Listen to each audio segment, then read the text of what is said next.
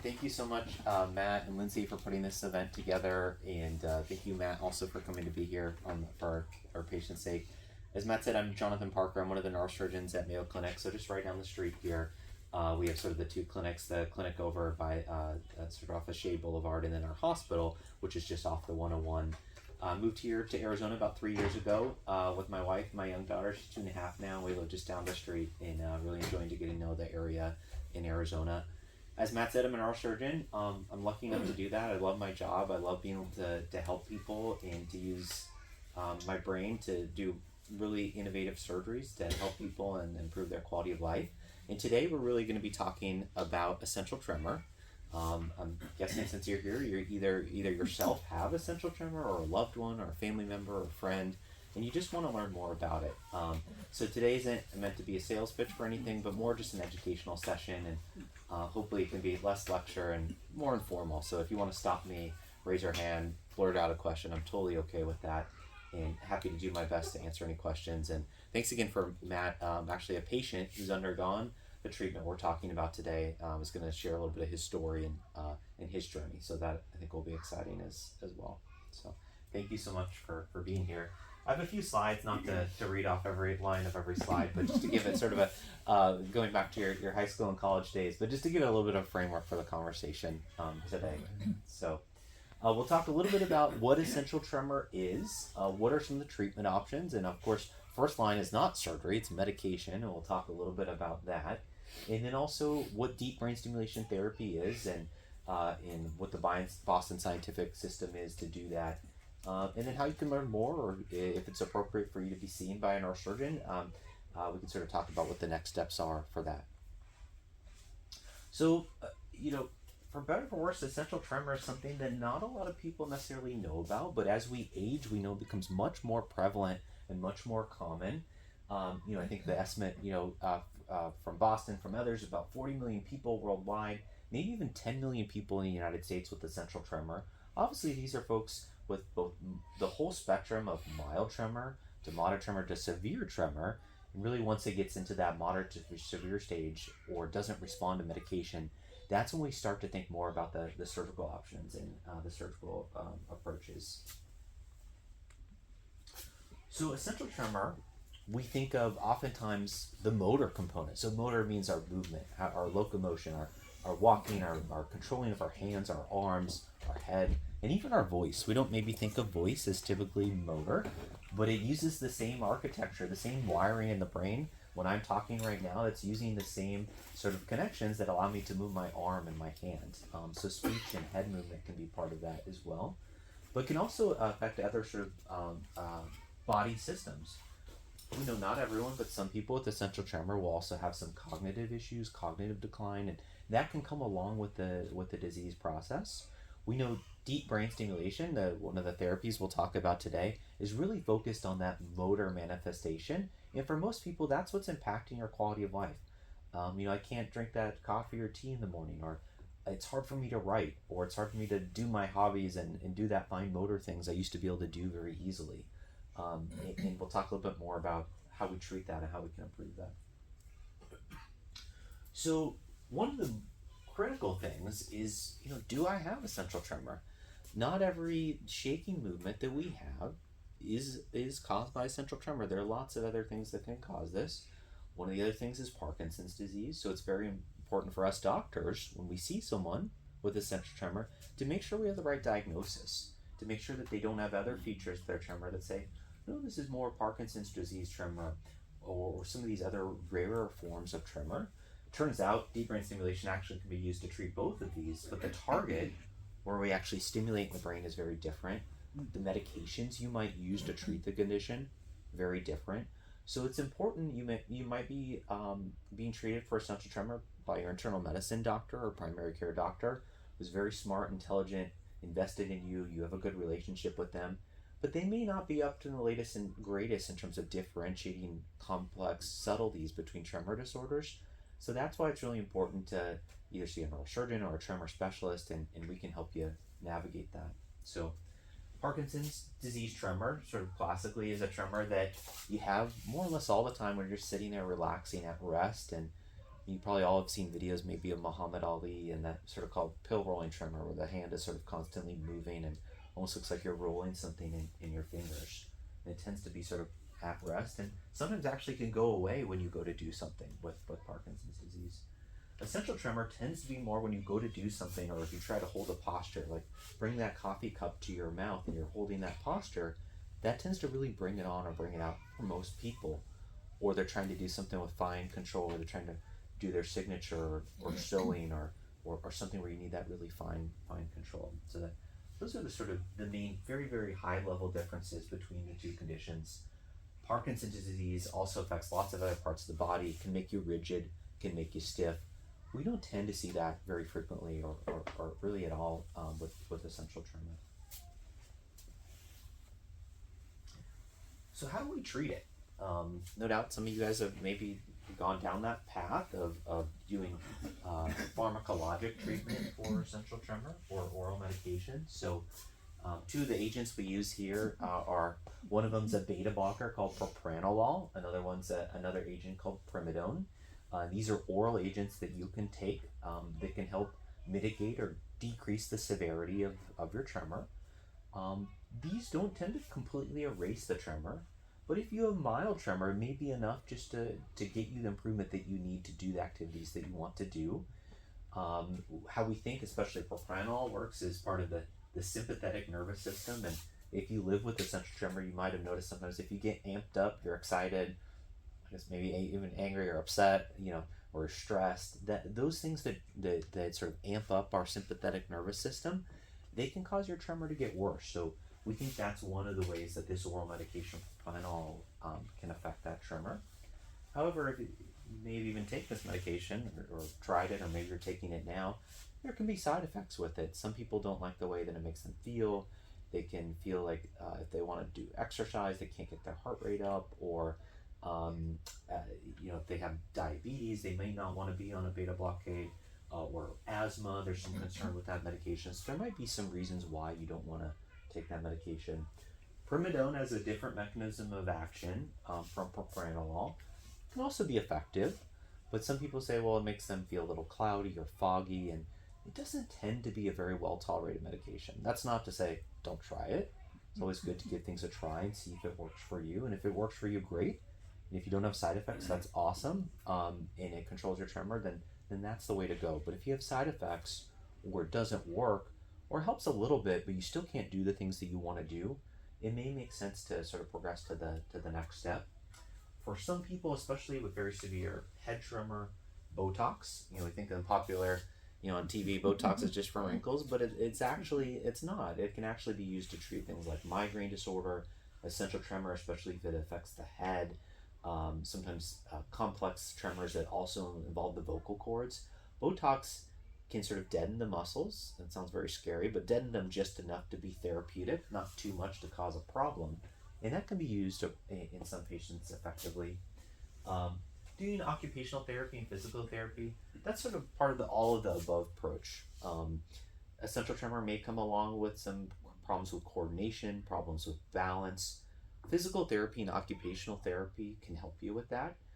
So it's part of, it doesn't tend to be something that's the silver bullet that fixes the tremor, but it's the important part of like looking at the whole person. What are the different domains where essential tremor might be affecting them?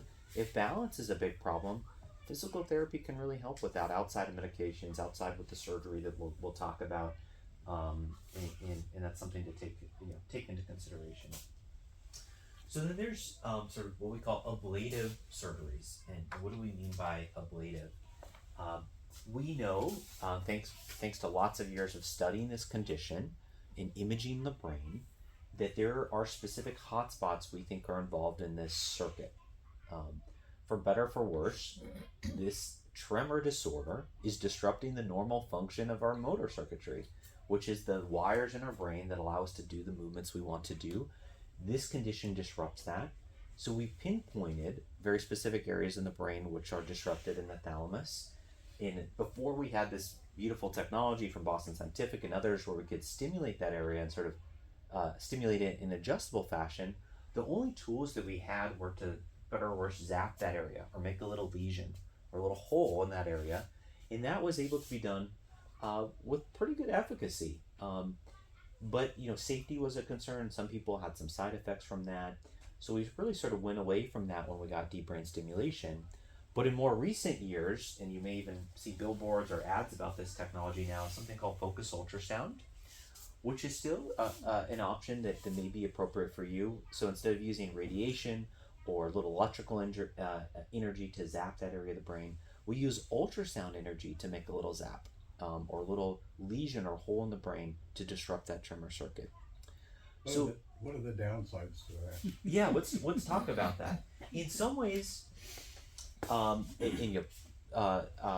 disclaimer alert, we do the whole spectrum of care for essential tremor at Mayo Clinic. We don't have focused ultrasound in our site. There's another site here in Phoenix that has it, Utah, Colorado, other sites that have this technology. So I always talk about it with my patients.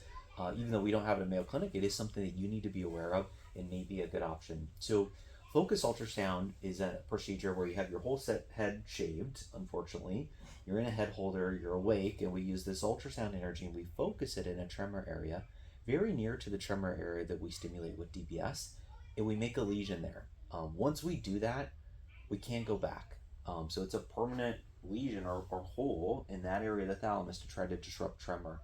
So it can be very effective for people that have tremor on one side or they just want to treat tremor on one side of their body. It's now approved to treat tremor on both sides of the brain, or both sides of the body, I should say. But there are higher risks when we do that, when we make holes on both sides of the brain, issues with speech, issues with balance.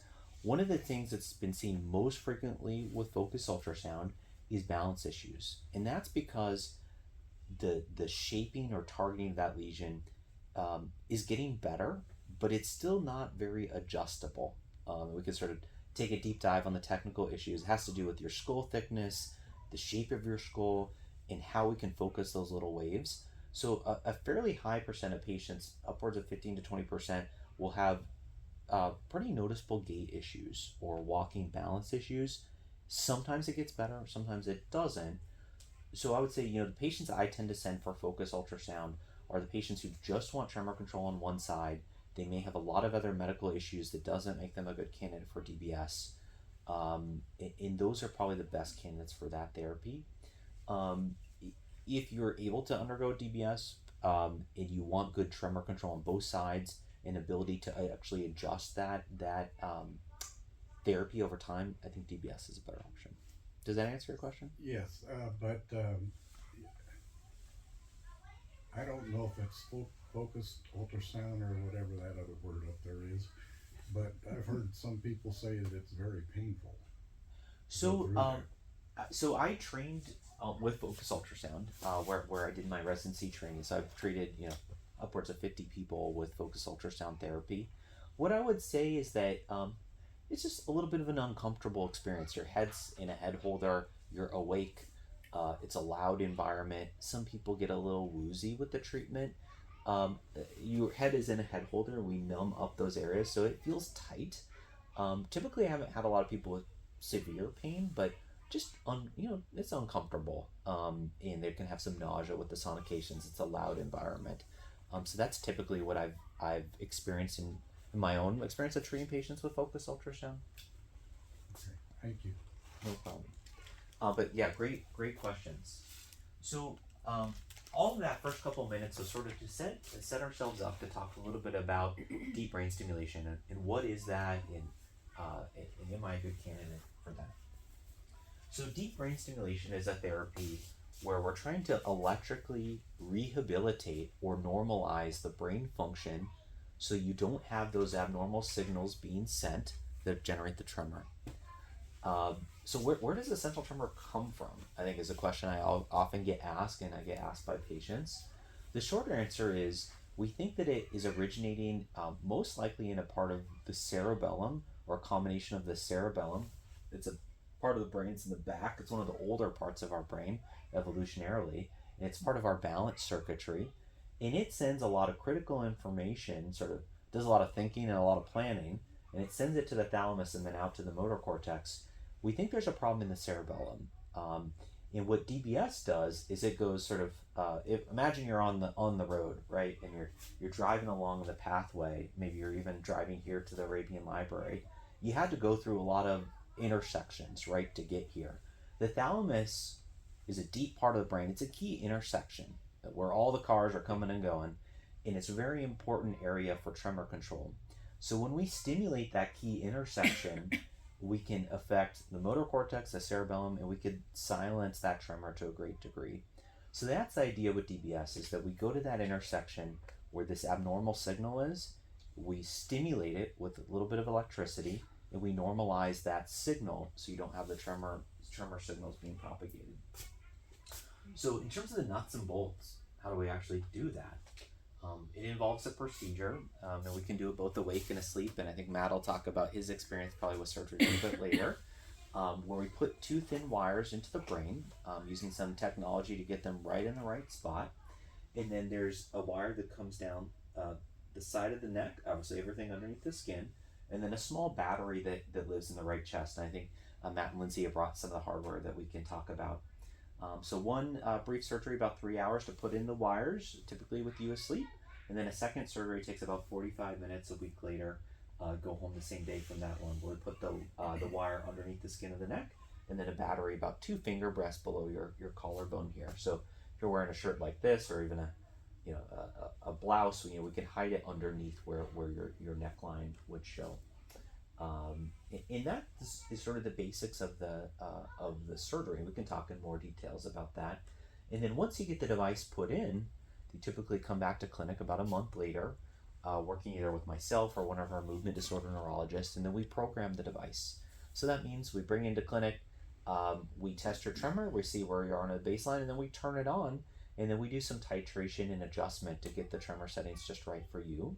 And then we get you sort of on some baseline settings, set you up for success, and then typically bring you back about 3 months later, or even sooner if we need to, and then make some fine adjustments at that point to make sure that you're getting optimal tremor control or tremor relief.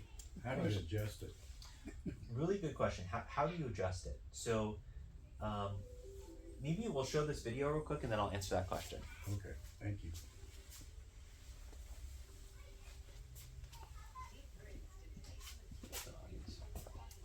Is it coming in left? I think it's maybe a hit on the...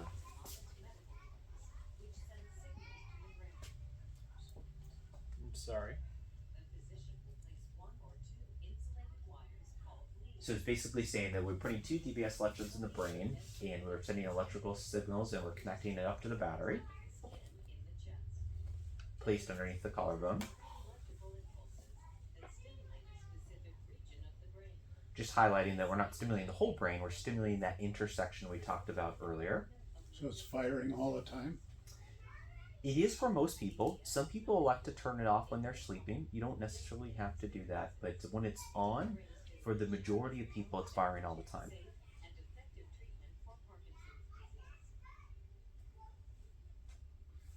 This is just highlighting here sort of the tablet system, and you guys don't need to worry about this as a patient, the tablet and the programming, but that's something the clinicians do. So to your question, how do you program it? So one of the most important things for this therapy is that you get the electrode in the right spot, right?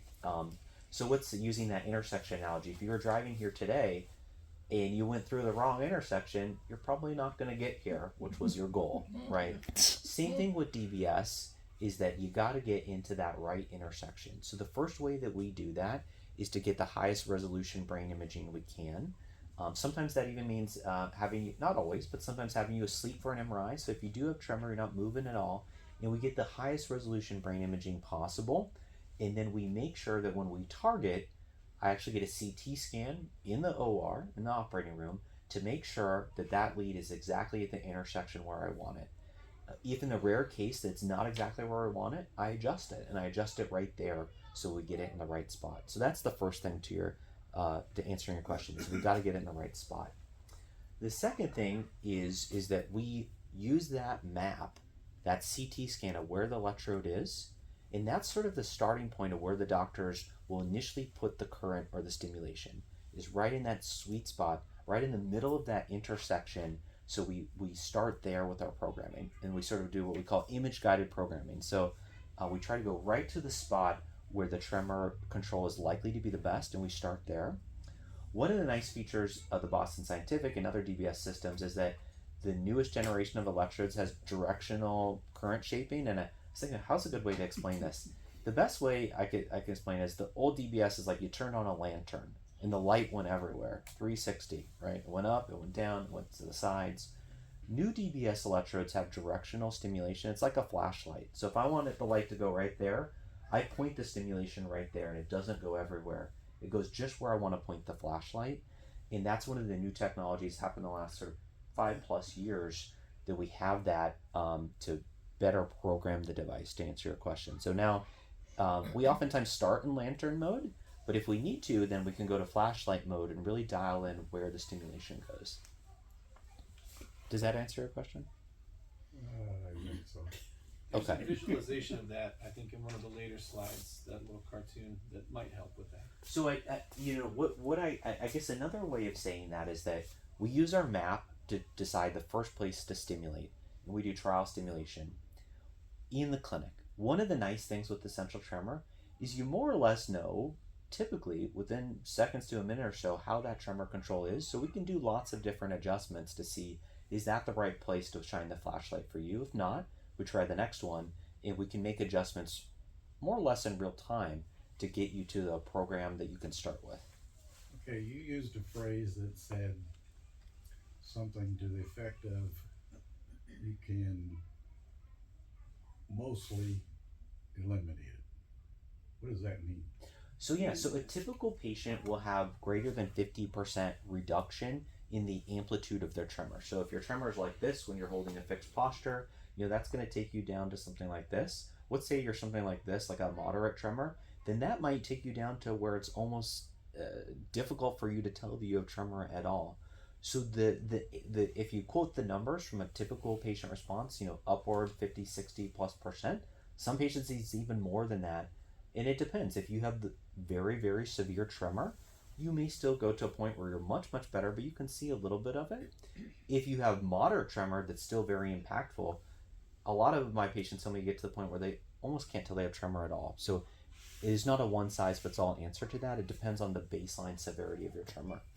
One of the things we do know, it's important to understand the limitations of therapy, is that for a lot of folks with essential tremor, it gets worse over time. Not everyone, but you may have even experienced that in yourself. Maybe in your 40s and 50s it started like this, and then over the years it's gotten worse. In some patients, but not all, but in some patients they could need more current over time, higher volume, if you will, on the DBS to get tremor control. Or sometimes we have to adjust the flashlight, so to speak, where's the current going, or adjust the pattern slightly. So every patient's a little different. So in some patients, it is true, over time, if your tremor gets worse, you could need higher current. And some people experience just slight diminution in their tremor control over time. Not everyone, but that's something to be mindful of when you're thinking about what can this therapy really do and what are the limitations of the therapy. So are you saying that you can increase it without going through the procedure again? Exactly. It's adjustable and titratable. So unlike the focus ultrasound, which is sort of a one-time thing, you could do another focus ultrasound, but it's not really adjustable or titratable. Using another analogy, it's sort of like your radio, right? You can turn the volume up, you can turn the volume down, you can change the channel in terms of what the fade, right? Remember being a kid, I'd tell my parents fade it to the back, right, so we can hear it. That's sort of what directional stimulation is doing. It's changing where the therapy is going. So we can do all that via the tablet, and sometimes we actually will give you, potentially the patient, some ability to change things. Sometimes it's more just the volume switch. Like if you need to go up a little bit on the intensity, we can put that on the programmer. I think there's a picture of it, which is this device here. So Matt and Lindsey can walk you through basically going up and down if you need to adjust. Or sometimes we might have a program or set of settings that's better for one particular activity that you're doing, and we can give you an A or B, and sometimes you can switch between the two. That sounds sort of complex. Not everyone does that, but some people really find that they want that fine-tuning adjustment. Others just want one program and a little bit of simple up and down and just leave it at that. Yeah. So essential tremor is a neurologic disease, right? Correct. Okay, what if it's caused by a neurologic disease? So the honest truth of it is, essential tremor is probably many diseases. There are rare, I shouldn't say rare, but a large number of people where it runs in the family, where every generation has it. There's been some science to try to sort that out, or what gene polymorphisms or mutations that's actually in the DNA code, right? That there's some people that are just more predisposed to getting it. And we call a lot of things essential tremor, but if we dive into the genetics, there's probably some subtle differences between the two. And we've looked at that more and more over the years. But most people with the clinical syndrome of essential tremor that have the tremor of a certain frequency, they don't have rigidity, they don't have stiffness, they don't have other factors, and that's the right diagnosis, would typically respond to DBS. It would be great if we had like a stem cell therapy or gene therapy or sort of a silver bullet medication that went to the root cause and fixed the tremor, but we don't have that yet. A lot of smart people are working on it, but we don't have that therapy yet. Can you share some of the stats about negative effects like you did on the ultrasound option? How does this compare as far as its... Sure. So let's talk about the stimulation effects in the therapy. The most important, getting sort of sound like a broken record. The most important thing is to get it in the right spot, get it in the intersection. For instance, if you don't have it at the intersection, let's say you're on the sidewalk and you're not in the middle of the intersection, it could be close to some critical structures, some of the motor cabling that runs the face, arm, or leg. So if it's not in the right spot, you could have some pulling, meaning some tightening of the face, tightening the arm, tightening the leg. Part of the way that we avoid that is get in the right spot to start with. So when we image in the operating room, that lowers the risk of that side effect. Or if we have the patient awake, like Matt was awake during his surgery, we can actually test the stimulation right there in the operating room, make sure you don't have that side effect. Where we typically run into that more frequently is if it's right in the middle of the intersection, it's in the right spot, but then over time your tremor gets worse and you need more current, more volume. We could get into a scenario years down the line where the tremor control is still good, but maybe not as good as it was, and if we turn the volume all the way up, then we get side effects. So that's not something that typically happens very often, but something that could happen later in the stage of your essential tremor, and something that might take some more time to program. But I would say, in our practice, having dose-limiting pulling of the face, those severe tremors right away, that's probably under 2% of patients that I would see that immediately. And part of that's because we do some extra steps to make sure it's in the right place. I would say more commonly, maybe 10, 15, 20%, especially in the early week or so of getting your DBS turned on, you may have some what we call balance issues or disequilibrium issues. So I always tell my patients those first 2 weeks, be mindful of your balance, buddy system if you're walking up and down the stairs, or if you get up in the middle of the night to go to the bathroom, buddy system, and just make sure that your balance, you're sort of adjusting to that new normal. So that is a more frequent thing that people see in the first couple of weeks after DBS. If it's persisting, you're like 2 months out, your balance is still way off, then it's probably not in the right spot, or you need to have an adjustment of your stimulation settings, potentially bring it a little bit higher, away from some of those some of the cerebellar fibers that we don't want to stimulate. So that would be something, that disequilibrium is a little bit more frequent.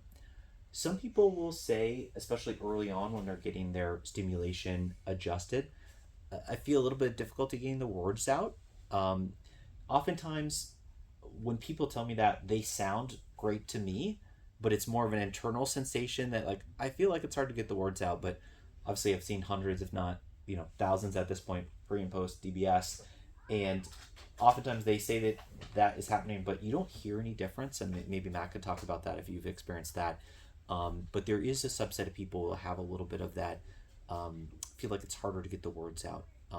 Typically that's something we could program around, but that is a side effect that some people experience. Those are the main sort of stimulation related side effects that we frequently encounter. This is surgery though, right? So it is a brain surgery, and my whole job and my passion is to make this surgery as effective as possible, but as safe as possible. So anytime we put electrodes into the brain, there are risks. The feared complication I think we all have is bleeding in the brain or injury to the brain or stroke.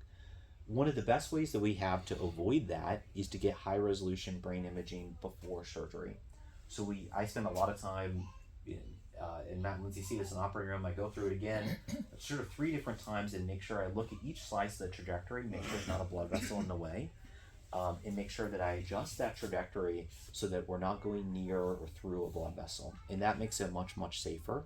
Even though I do that, there can still be micro blood vessels there that just are below the level of detection that I can see. So the risk of a serious hemorrhage after DBS is less than 0.5%, or 1 in 200 surgeries. And I do everything in my power to make that a 0 risk, but I can't make it a 0 risk. So the risk of significant hemorrhage in the brain that would injure the brain or cause something like a stroke is very, very low after DBS surgery. And the best way to make it and keep it low is good brain imaging. It's surgery, right? So infection is always a risk. I quote people usually about 2 to 3% risk of infection. If it's something superficial just around the wound, we typically treat that with antibiotics. If it was a deeper infection, it involved the hardware. Sometimes we could have to take everything out and then treat with antibiotics and put it back in. Knock on wood, I haven't, since starting 3 years in Mayo Clinic, I haven't had to do a full explant for an infection. It certainly happens, and there's no way around it. You do surgery long enough, it will happen. But we do a couple of things to make that as low as humanly possible in terms of the risk. When it's a device case, we minimize the number of times the door is opened in the operating room. That's evidence-based to lower infection rate. Before I touch the device, I change the gloves so that we touch it with fresh gloves. We put a little antibiotic powder in the area of the implant. So we sort of, belt and suspenders. We do all those things to make the infection risk low, but we can't get it to 0. So bleeding, infection, wound issues. So we are putting something under the scalp and under the chest. So there's a couple technique things we do to make sure that the device is not pushing up on the scalp. So that lowers the rate of wound issue, or that the device is not too protuberant here in the chest. For instance, if someone doesn't have a lot of soft tissue in the chest, sometimes we put it a layer deeper underneath the fascia of the muscle. And some just technical things we do to make wound issues lower risk. Can you talk a little bit about, so shave head, you're drilling through the scalp up top here? Yeah. So we have an Exhibit A example of Matt here, and Matt has a very favorable hairline, if I may make light. And I know I'll probably get there too to lose hair at some point, but I don't uniformly shave the head for my patients. So what I typically do is just shave 2 sort of about an inch wide swath of where the 2 leads go in on the head, and then a little bit of hair, typically in this region right here where the connector is. But I don't shave the whole head, so that way you can comb your hair over it, etc. For some patients, it may not need to shave the head, right? Or you have a receding hairline, and then what we do is we I don't know if any woodworkers in the room. Anyone who likes wood, we sort of router down the skull a little bit to get that burr hole cover. We think we probably have an example of that, which holds the lead in place. We get it closer to flush with the skull so it sticks up less. And that's another thing, just to make it a little bit less protuberant, especially if you don't have hair or you have a receding hairline where you might see the incision. We do some things to make it less visible. You mentioned an adjustment. So if you need to do an adjustment, what does that process look like? You're able to do it without further intrusion into the scalp, other than if some way to move the wires around, or how does that work? So good question. So it all starts with getting in the right place in the first place, but let's say it's a little out of the middle of the intersection for some reason, or I've had patients sent to me from other centers where it's unfortunately it's not in the right spot. We sort of have a stepwise fashion to evaluate that. So obviously it's my patient, I know where the lead is, and the first thing we typically go to is changing settings on the tablet. So we might go from that lantern mode to the flashlight mode and sort of tighten up the beam, if you will, of where the stimulation is going to try to optimize the therapy. Or we might change the location where we're putting the therapy. That doesn't require more surgery. That's just a session in clinic with either myself or one of the movement disorder neurologists or one of our expert trained nurse programmers, and then we adjust the setting based off of what the symptom is you're having, or if we're not at that perfect tremor control.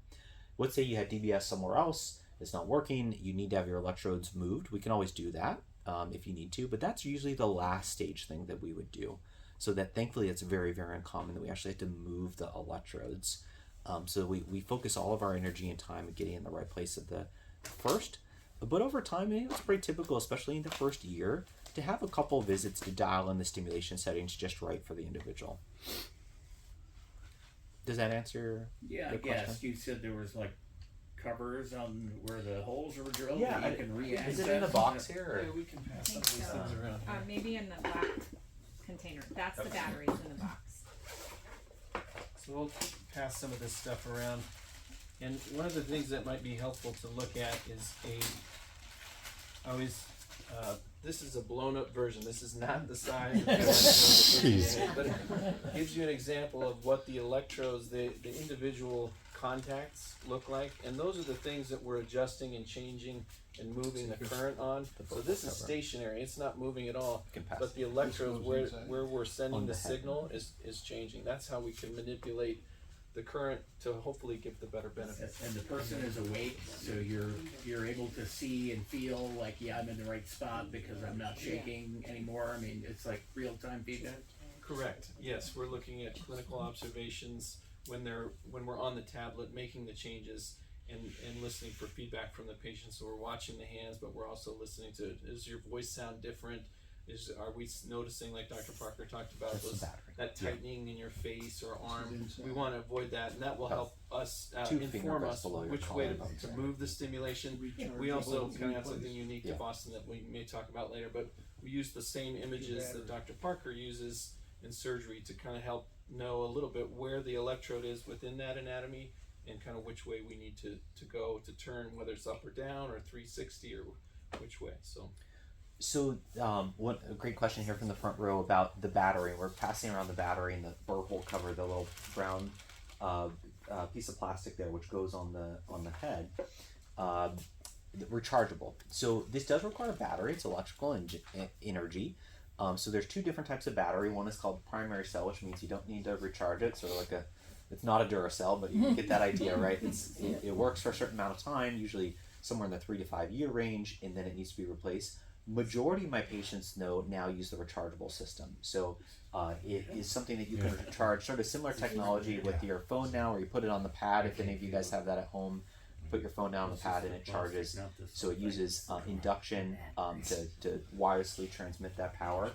Typical patient will put that external device on. I don't know if we have an example of that here.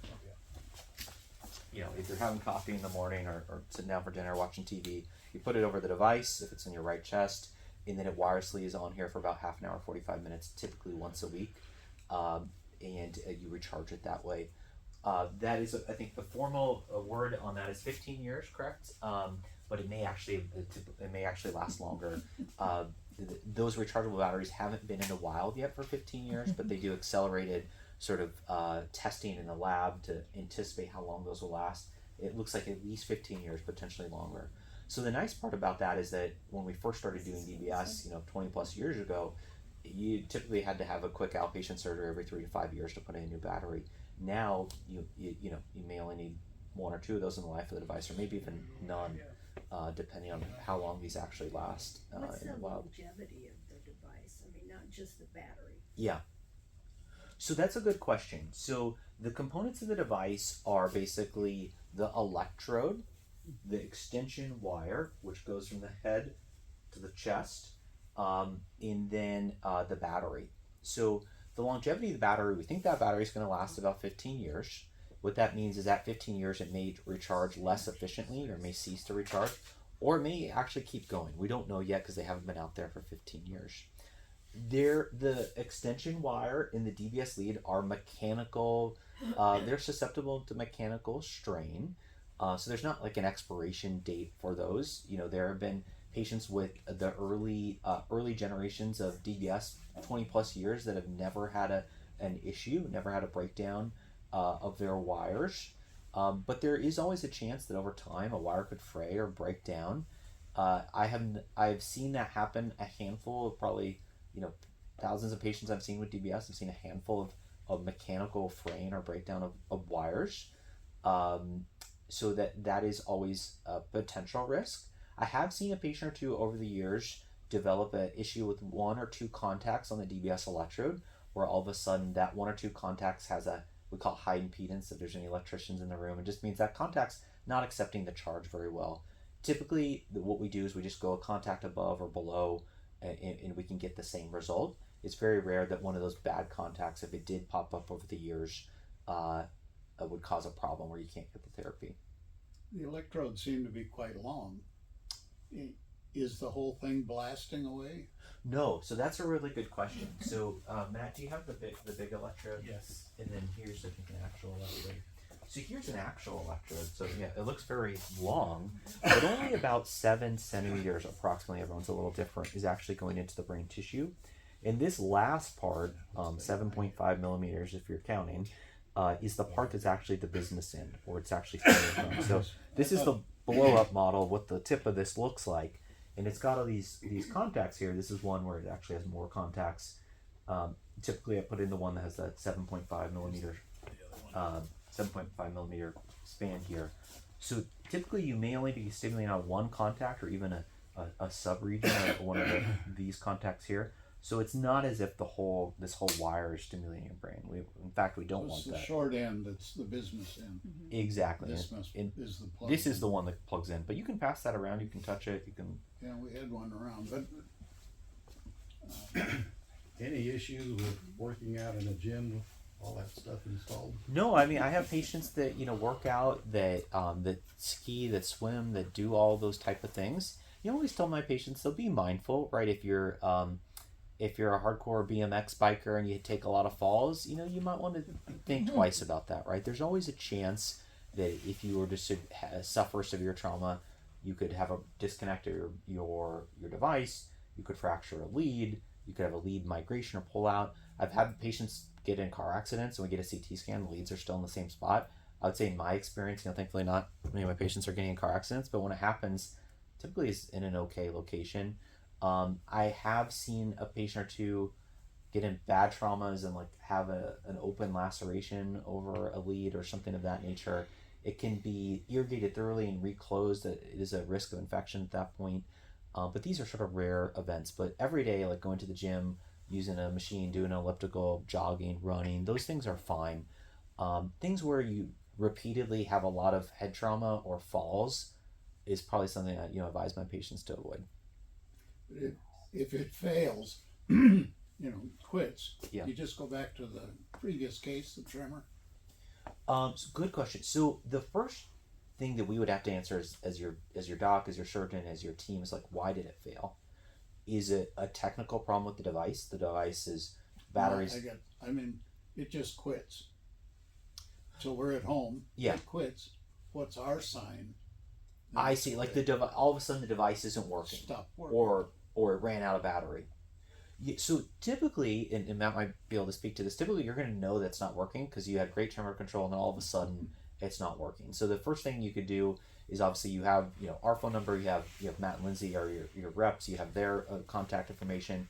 Maybe you just hit the wrong button on the device, let's say, and you turned it off accidentally or the device ran out of power.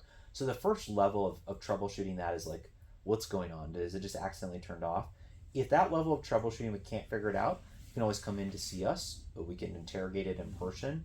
We can sort out, is there something rare going on, like a device disconnection, there's a lead fracture, something of that nature. But nothing catastrophic happens. No, just your tremor would come Tremor back. returns. Yeah, your tremor would come back. Yeah. So there was a point where my girlfriend bought a magnetizer, demagnetizer, and it was on the other side of the table, and it interfered with this. And I had no idea, and I'm sitting there eating, and all of a sudden my tremor came back. Yeah. I'm like, what just happened? Yeah. And she knew it was that, and then we tried it again because everything came back, and she held it, and I was like, ah. Yeah. I'm like, wow. Yeah. That was crazy. Yeah. Matt and Lindsey could probably talk more about some rare headphones, right, can cause problems that have strong magnets. I've never really, I've heard about it, never. Electromagnetic interference. We had a patient that kept his phone in his shirt pocket, and every now and again he would say, "Oh, my tremor's coming back." And we realized that the magnet from the phone, the kind of the recharging on the newer phones, was right there over top of his device. So, and I think that's true for all the manufacturers, but I know for sure for Boston Scientific, if you get close to an electromagnetic field, or if you put something directly on top that's a magnet, it's going to turn off your device. But as soon as you remove that from the area or the field, your device will turn right back on. Yeah, so there was no harm. Failure mode did it. recognizes And part of it's turns also itself off. by design. If you needed an emergent surgical procedure or want to turn the therapy off, any hospital anywhere in the country knows how to put a magnet over a device. Same thing with cardiac pacemakers, etc. You put a magnet over a device that stops. So it's sort of a safety mechanism that's built in as well. Go ahead. So, one of the things you said earlier is that balance issues can be a symptom of essential tremor. Yeah. But then you also said it can be a side effect Yes. of this. Have you ever been able to improve balance through this mechanism? Or? So if you have, let's say, balance issues at baseline, and you have better tremor control, depending on how severe it is. If it's very severe tremor, I think I've seen some of those patients improve their balance. But the main goal in the most reproducible result is really of control of that, both the postural and the intention tremor. So it certainly is not something where you'd want to go into it thinking that this is going to be if balance issue is your predominant issue, you may be underwhelmed that is not as improved as your tremors improve. And it could make it worse. It could make it worse. Typically, it is transient and temporary, and that probably indicates we need to change the settings. Or sometimes it just takes a week or two to get sort of adjusted to that new equilibrium. So that's always tell my patients in the first 2 weeks, and when I was doing the focus ultrasound too, that even really important there. That first 2 weeks is really critical because the balance, almost uniformly got worse in the first 2 weeks with focus ultrasound. Are there any diagnostic contraindications to doing this? So My husband, John, has CMT, Mhm. which is a Charcot-Marie-Tooth Yeah. disorder. So now the hands are being affected. Yeah. With the disease. Yeah. But also has the tremors. Yeah. They're two different issues. Yeah. So essentially, but that is not a something like strict medical ease contraindication or reason we can't do it. But let's go through that and then but also address that. So someone like you, if I may directly address you and you thank you for sharing that. We're amongst friends here. For maybe a more complex situation like that, I don't do this in a vacuum. So we have a great neurology team. If you were to come to Mayo Clinic, we have our neurologist see you.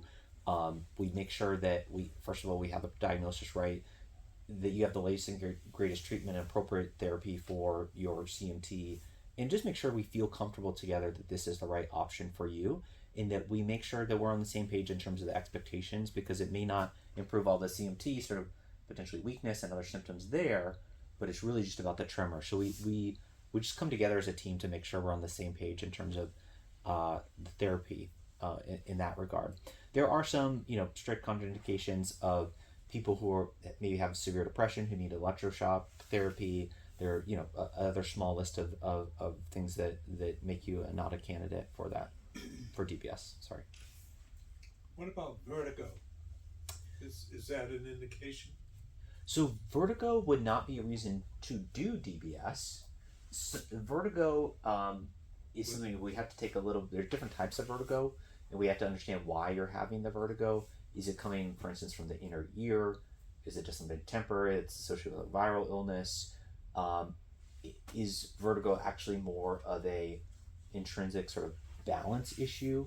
So that's the first. If you have both, you have vertigo and you also have the tremors. Yeah. So typically, in my experience, really vertigo is not improved. I would say I haven't seen hundreds of patients with vertigo and essential tremor, but my expectation would be that your tremor would improve, but it may not change your vertigo. And there may be sort of a shades of gray between vertigo and balance issues, and so I can't give sort of a generic answer for that. I would have to take a little bit of a deeper dive of you as a person and really what that vertigo symptom is, and there may be additional sort of testing or workup to evaluate why you have the vertigo that may allow me to answer that question. One of your first slides talked about the various meds. Yeah. And it said alcohol improved. Mm-hmm. My neurology guy said that alcohol is toxic to nerves. Mm-hmm. So is that the action that well, that's probably that's probably a whole separate hour-long conversation. We take a deep dive on the relative merits of moderate alcohol consumption or wine or et cetera. So I don't want to dive into that. Yes, generally speaking, the blanket statement from a physician, moderation and limitation or complete not using alcohol is probably the best, but everyone's going to make their choices, right? What we think is probably happening in essential tremor with alcohol is that some of the mechanism of action of alcohol is sort of partial GABA effects on the GABA neurotransmitters and almost works in part like a benzodiazepine type of medication. So we think that it has some anti-tremor effect from that. That's not a reason to start drinking, or there's certainly risk involved with that and for your health, etc. So, but one of the things, not every patient, but the majority of patients, we use as another piece of diagnostic information. If you do happen to drink alcohol and you notice that your tremor gets better, that does tend to go along with the diagnosis of essential tremor. So it's just another piece of clinical information we use when we get to know our patients. And it works too.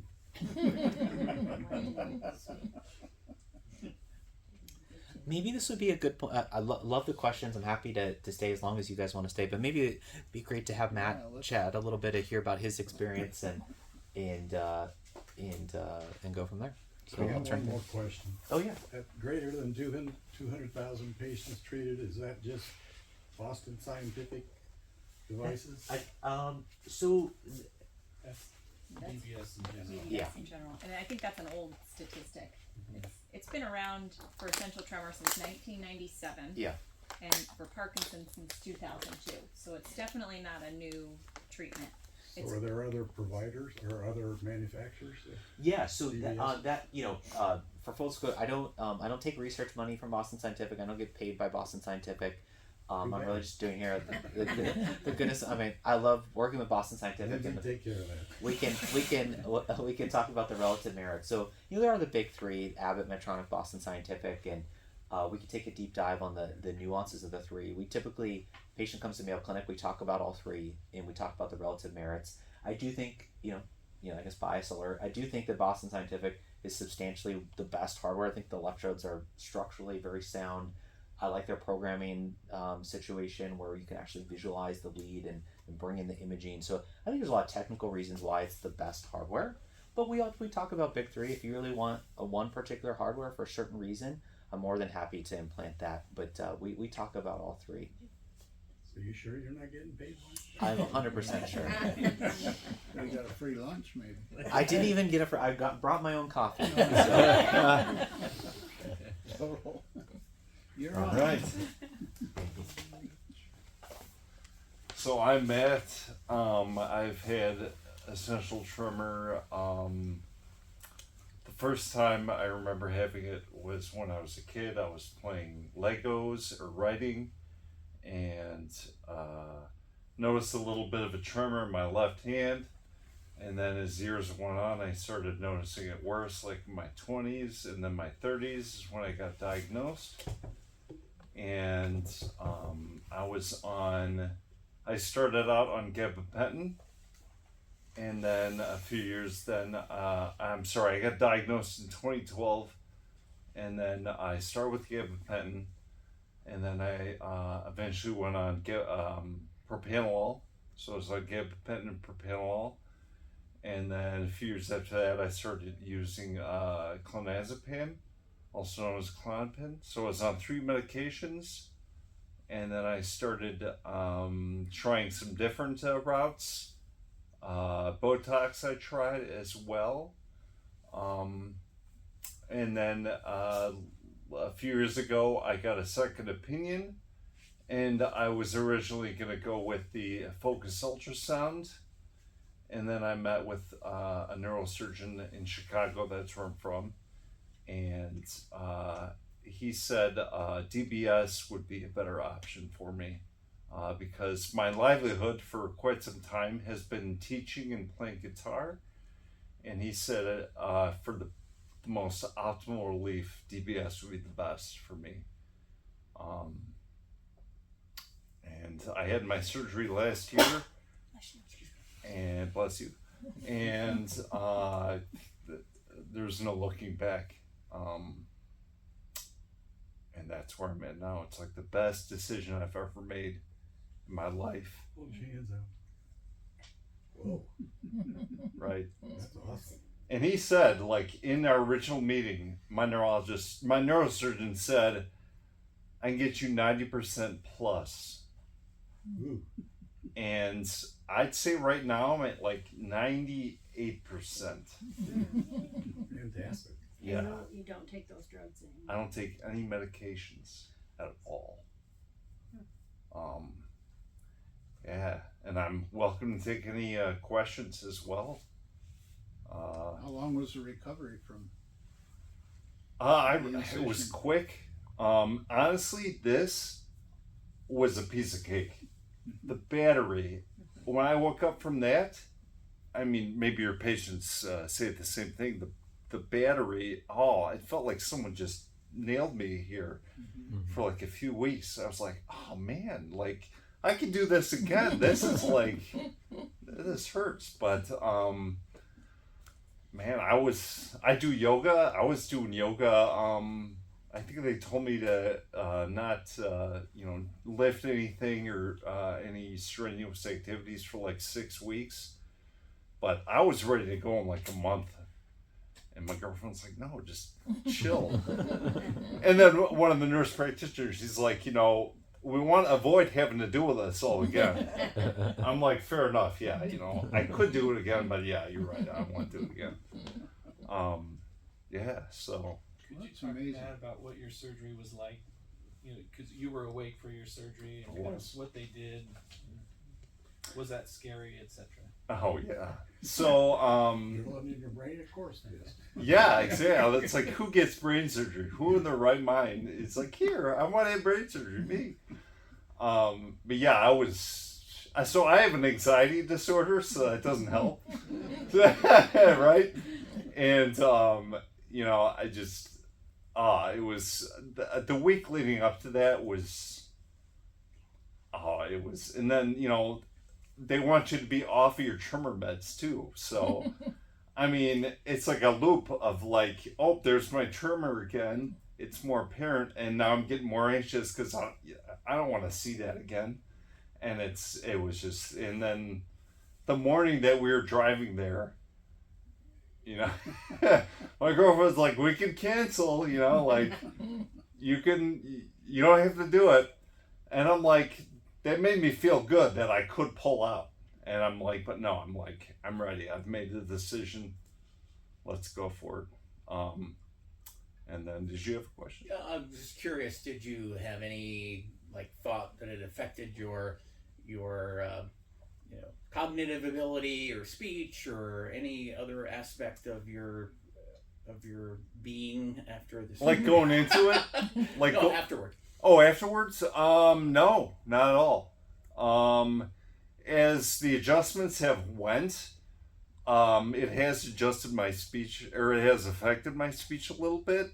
And in all honesty, at the end of the day, like when I flew in here yesterday, there was a bad storm in Chicago the night before, and I got horrible sleep. And then I got here, and I'm like, I'm not just going to sit in the hotel room. I want to do stuff. And I did a whole bunch of stuff. And towards the end of the night, I literally sounded like I was drunk. And I don't even drink. That's how slurred my speech was. But a good night's sleep, and I'm good.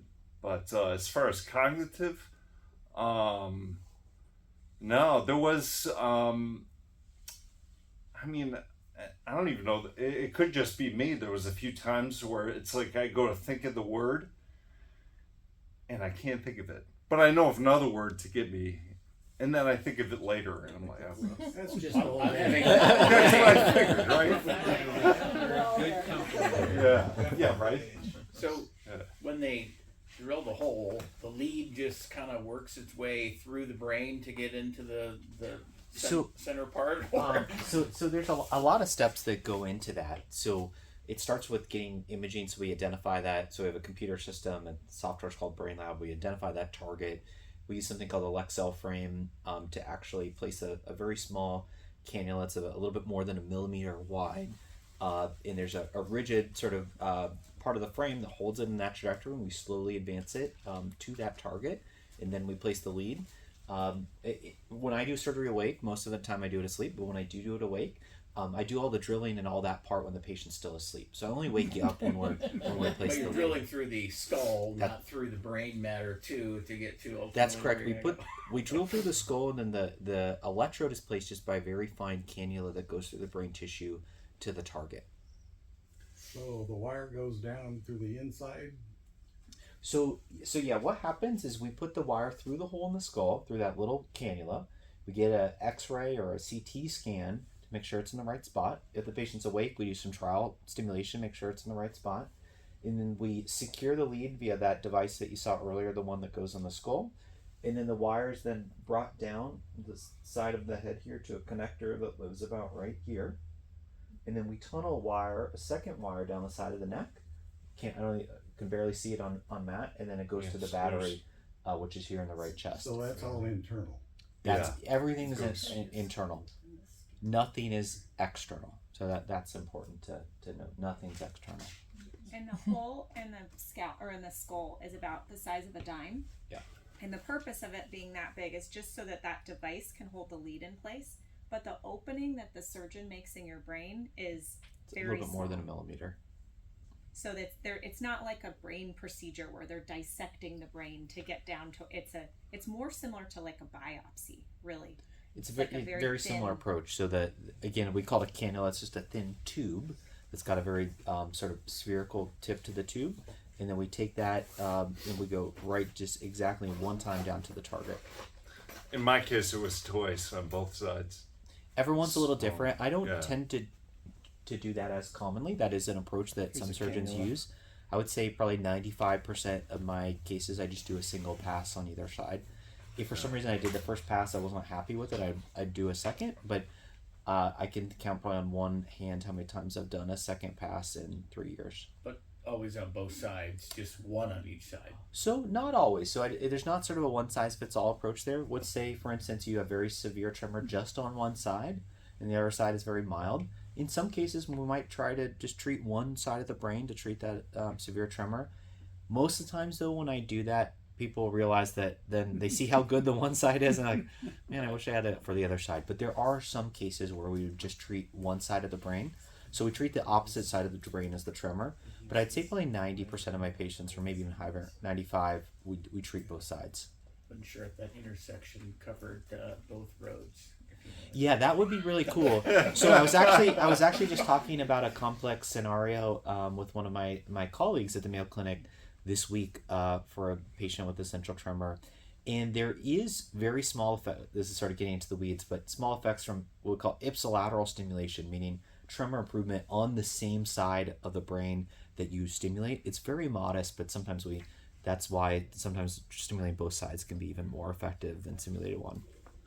So what my neurosurgeon told me is what happens is because there's a little numbing right after the surgery in that part of the thalamus, you can get like temporary relief for a little bit until you get to the programming part, which is, in my case, it was 6 weeks after the fact. Yeah, we call that sort of like a honeymoon effect, where even just putting that electrode in that area of the brain, it can disrupt that tremor circuit. So everyone's different. Some people, they don't get it at all. Some people last for 4 to 6 weeks, but that's sort of why we program around 4 weeks post-op, is that we sort of want to see, we intentionally want that tremor to come back so we can see what the ideal settings are for you.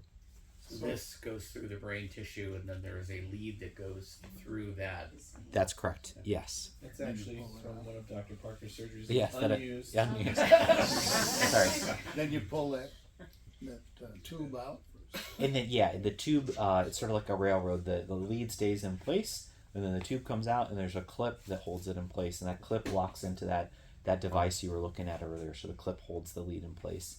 It's very rigid. I've tested it, obviously not in a person, but just outside, and you can really yank on that thing, and it's held very strong. See, you all are lucky because I didn't even know that little part of it. So, I mean, I'm learning. Great. And I have this technology that's nice. So when you treat it on both sides, Yeah. does it all go down the same wire into your?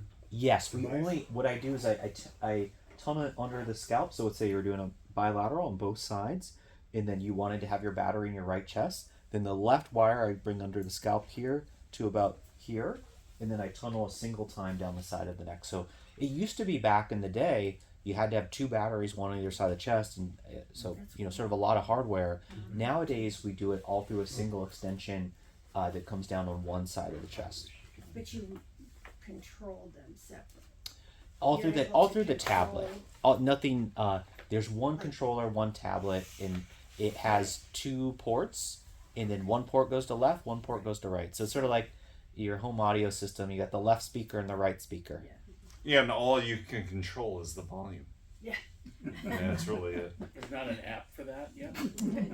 There, that may be in the future. Correct me if I'm. We don't have there's not an iPhone app. What else did you want to control? You want to fly? I was hoping to make myself smarter. But, Do you carry that with you at all times? not usually, but now I do, because I had to get EKG a few weeks ago, and it was disrupting everything. And I'm like, man, I wish I would have brought this.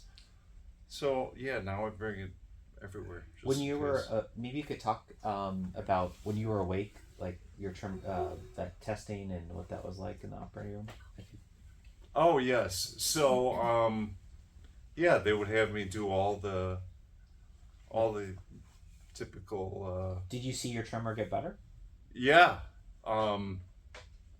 It was in the right spot when I did all the things, and they pumped up the amplitude quite a bit.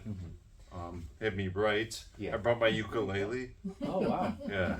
So that was cool. So typically one of the things that we do is we'll turn the volume sort of all the way up and all the way down. Yes. So we do go until we see some side effects. Oftentimes we'll see tingling and numbness. You might have Yes. experienced that. And we're like, is it getting better? Is it getting better? If it gets better within 2 to 3 seconds, then we know it's in a good spot. If the tingling and numbness is still there 5 to 10 seconds later or persists, then we know that that's probably not a place we're going to stimulate.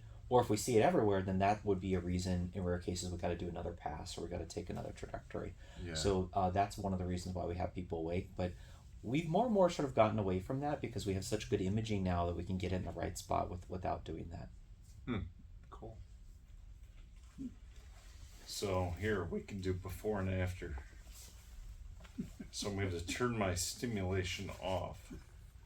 And now I'm not on any medications anymore, right? So if you turn it off, it immediately comes back, your tremor? Yeah. We'll see. Let's see. Stimulation off. So I know I'm amongst friends here, but yeah. And this is no medication. I had no idea I had it full body until I went off of all my medications. And I can even, hear it in my voice. And I'm going to turn this back on. Making us nervous. Give me a second. Bloody miracle. Wow. So when you charge it off, like when she had about over 20. Yeah, so when I turn it back on, it's the feeling you could equate it to is like having a stiff drink, but then it goes away. And yeah, and then my voice gets a little slurry, but eventually and honestly, I think I'm extra shaky because, like I said, caffeine. I never drink coffee because caffeine usually used to accentuate the tremor, and I had decaf coffee today, which has a little bit of caffeine, and that tremor that's way worse than when I turn it off with no coffee. So, because I'm like, wow, that's like way worse now that I had a little coffee in me. But even so, You're gonna play a few chords for us. good if you'd like. Matt, Yeah, how can I use long- that chair? Matt, how long ago did you have your surgery? A year ago. So, April 4th, that's when I had it. This is Lindsey's daughter's guitar. Kind of. It's my old guitar that's now hers.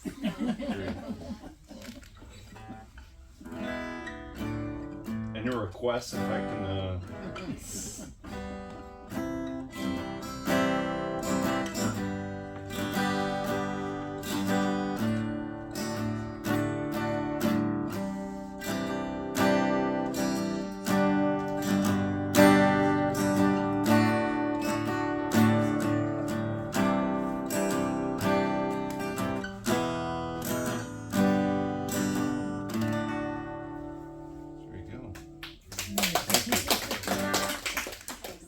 be able to play a guitar like that? Maybe with Matt's help. Yeah, and like I said, I'm at like 98%, like finger style. There's no way I could even do that. I know some of you may not be familiar with guitar, but you can play with a pick, and then you can also play with your fingers. And I still get a little tremor in my fingers, and that's like I've went through 8 adjustments now with my neurologist since my surgery, and that's what we're really trying to dial in. And I mean, he's trying his best to get me at as close to 100% as possible, but I think there's always going to be something there. And it feels to me like where the tremor, like when I was younger, where the tremor first started in my body, that's the one that's the trickiest to get extinct. Like it's in my wrist, my left wrist. That's when I first started noticing it when I was a kid. And like there's one little posture where it comes out. And that's the one, but it's still, I can write fine. It's, you know, if I'm moving to a different position, I might notice it a bit, but it's like the meds gave me 60 to 70% relief. And I mean, when the neurosurgeon told me, he's like, in that one meeting, you're going to get like 90%. I was like, what? And I'm like, is he lying? And then I'm like on the internet afterwards, like, how long has he been doing this? You know? And he was like, I was like, holy cow. And then I had to wrap my head around, no pun intended, I had to wrap my head around getting brain surgery. His hospital had a booklet that they sent detailing all of the ins and outs of the procedure. A lot of information like you're seeing in Dr. Parker's presentation. But yeah, and then after like a month of thinking about it, I'm like, all right, I'm ready. I'm young. I'm 40 years old. I got a long rest of my life to live. I can't just wonder what if, what if I got this? Like, what if I had 90% tremor? And it's amazing. I mean, going out to eat. I was eating yesterday. I was eating dinner, and it's like, do they even know that I have tremor? You know what I mean? And maybe the person was like, well, wait. I mean, he seems normal. What's this? Those are the horns of the devil. Yeah. They come out when I play the devil music, right? I think your surgeon did a really great job. Like they're really fairly smooth with the skull, and you're taller than especially with your hair. That's what he said. Yeah, he said that. He said a lot of times there could be bumps. Yeah. So for you to, for it to be a little bit of a divot, that's fine. My neurologist said, yeah, I could put like devil horns there or something. You said that you had some in your voice, and could that be the start of a place for tremors? Some people, you could comment on yourself. Some people can start with vocal tremor first. Sometimes what I've seen more commonly is once it gets more severe, then it comes out more in head and voice. But some people can start with vocal tremor. But maybe you could speak to your experience. I never knew I had it. So like I got diagnosed in 2012. My tremor wasn't near as bad as it is now, and I never noticed it in my voice then. And then in the later years here, I kind of noticed it in my voice. Like when I record music, I would notice it on the wavelengths of the audio. Like auto-tune. Yeah. Like when you sing, it has, if you sing perfectly straight, that's what the wave will look like. But if there's a little tremor, you'll notice it. Yeah. And then I go off of the meds to get DBS, and then when I turn the stimulation off, I'm like, holy cow, I have a voice tremor too? Like, I had no idea. But the reason why I ask is, my wife's developed a little tremor in her voice, talks to me, and I have a cochlear implant, and it really difficult for me to comprehend it with this implant sometimes. So that's why I asked if is that the potential starting place for essential tremors. Yeah, some people will have it start in the voice. There's also other conditions like spasmodic dysphonia, which is not essential tremor, that also can cause a vocal type tremor. So that they would have to make sure it's the right diagnosis. But some people it does start in the voice, but most people that tends to come on if it gets more severe later on. Vocal tremor is one of the harder things for us to treat with DBS, and that's just the honest truth of it. There is some emerging sort of knowledge and some things that we're using that we've had good success with as of late, of using imaging to try to target even within that intersection, like the little micro area, which is a little bit more to the medial or middle part of the brain within that intersection, which may be slightly better for head and voice tremor. So our first goal for most of our patients is that they have voice tremor plus extremity tremor. Well, first thing we want to improve is that extremity tremor, because that's typically what's going to give the biggest quality of life improvement. And then the secondary goal is that vocal tremor. And now we're learning how to use that flashlight mode a little bit more to try to dial in for vocal tremor. So goal one is usually that intention tremor or the tremor with activity, and then goal two is to, if there is vocal tremor, to try to treat that. Are there multiple intersections in the brain that could have this problem? There is. It's interesting. There's a lot of excitement of different targets. You know, right now we target the VIM, or medically is ventral intermediate nucleus of the thalamus, and that's part of that intersection. But it's the road that's running through there, which is called the DRTT, and a lot of medical talk. But it's just that is a road that connects the cerebellum, back part of the brain, through that intersection in the thalamus to your motor part of your brain. That road is the DRTT, so we stimulate that road. There are other candidate sites that people are looking at, but we get a really good result with that intersection. So we haven't branched out too much from that, just because most patients have a really good result by stimulating that area. Is DBS technology advancing rapidly? Would it be better to wait 5 years? So that's sort of a loaded question. It's always hard. No.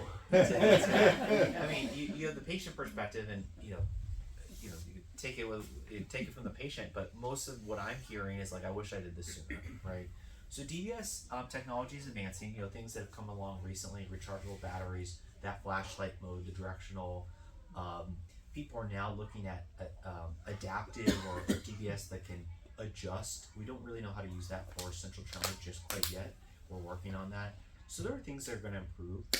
Most of those improvement is probably going to come on the IPG side. If you ask my opinion, this is me speculating. What's IPG? Which is the battery. Okay. So the battery in the chest. So new hardware and new software and all of that's probably going to come on this. So if something fundamentally revolutionary came out in DBS and it was on the battery, you could potentially just get a new battery to sort of get that upgrade, if you will. Some of it may even come through software upgrade. Again, I'm speculating here. None of this is certain. We don't know how technology will develop, but most of that's probably going to come from a technology improvement here, which we can replace not with brain surgery, just with a quick chest surgery to put in a new device. I don't like the word surgery.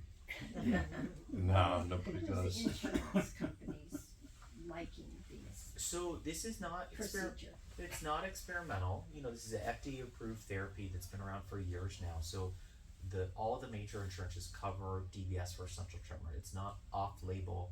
This is on-label use of a device that has good safety and efficacy data behind it. So most major insurances cover this, and they just want to make sure that you do have moderate to severe tremor and a couple other things that we have to make sure we document on your evaluation. But I can't speak for individuals, but the vast majority of commercial insurance, Medicare, Medicaid covers DBS for essential tremor. 100% or 80% or? That really depends on a lot of specifics of your plan and your co-pays and what part of the year you're at. So I don't want to give any misleading answers there, but the majority of insurances cover this as they would cover a typical surgery that requires an implant.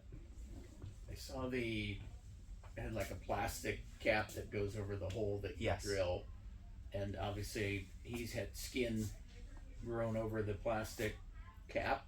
Is there a skin graft or something that you do? So this is what you're alluding to here. So what we do is we close the skin over it, or sometimes we'll actually have like a little half moon, and we'll close that flap over it, so the skin comes over it really nicely. But my job, and your surgeon did a great job too, is to try to inlay that in the skull a little bit so it doesn't sit up.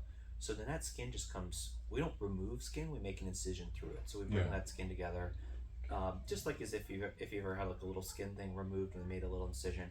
We bring those edges together, so you don't need a skin graft or anything like that. Is it just those little thing in the middle of that goes in your head? Yeah, just the thin part. Not this big. This is just a like a pedestal for it. It's just this brown part here, the small brown part. Have patients who were lucky enough to still have hair, did hair grow back over that area? So the hair grows back over that area. In fact, yeah, I can't reach this when I shave, because I do shave. I still have hair. The and small, there's these little parts I can't reach. if I may, what my friend Matt here sort of demonstrated on, he said that small sort of thin line of the incision, the hair follicles right in that 3 millimeters of the incision. Those don't grow back right there, but right in front of it, right behind it, the hair grows back. In fact, I tend to cut myself in those areas because I'm trying to. If you don't have hair, DBS unfortunately won't bring your hair back. That would be cool, but that's the whole reason I did. So from the beginning of the process for this up through when you have it targeted correctly, how much does that cost? So I know a couple ways to never answer know what it costs. answer that. So, obviously it's covered by most insurance. I don't make up any numbers on how much. I employ the Mayo Clinic, so Mayo Clinic charges for this procedure, and most patients don't really have to pay very much out of pocket, just up to their deductible. If for some reason you did not have insurance and you wanted to directly pay for it, if you came to Mayo Clinic, they sort of have the financial department, which gives you a number if you were to cash pay for a procedure. But I'd say that's less than 1% of patients. Everyone is putting this through their insurance.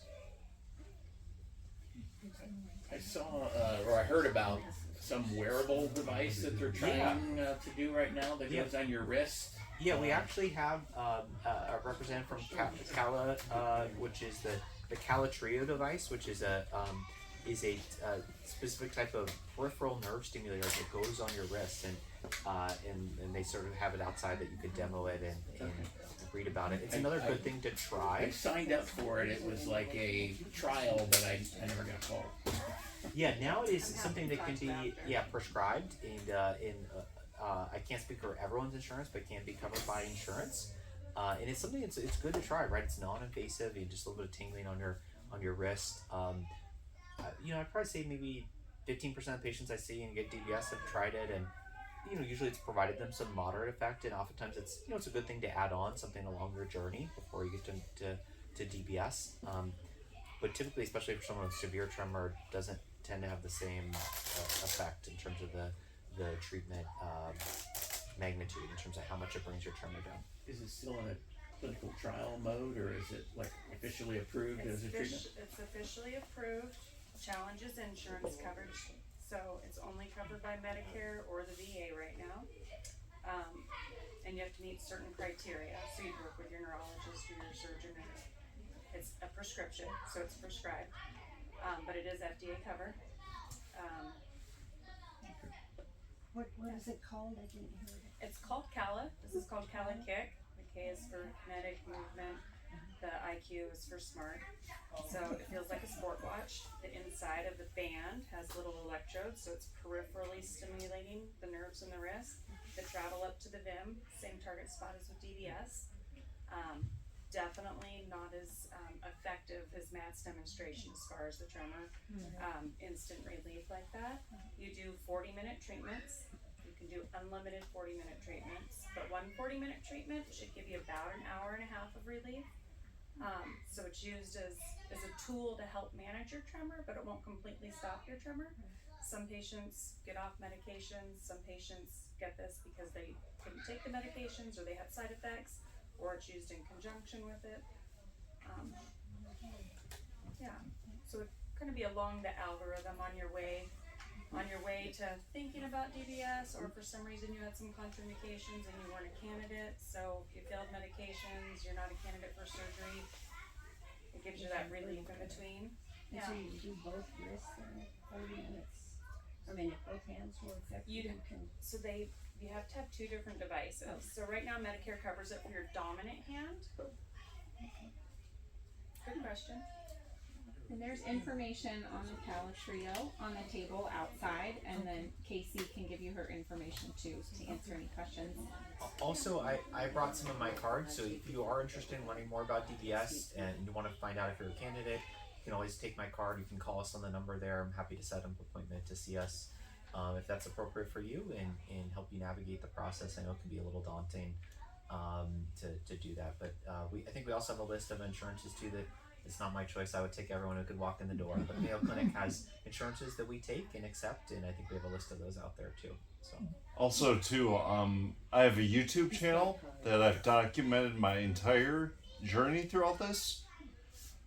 They film my surgery. I film all the neurological meetings, adjustments I've had. So check me out on YouTube. You would search my ET DBS journey. DBS journey. and that'd be a great way too to see like more of the nuts and bolts. Like, what does this all look like? How do I put it all together? What do the clinic visits look like? And I think that'd be a good way to see that.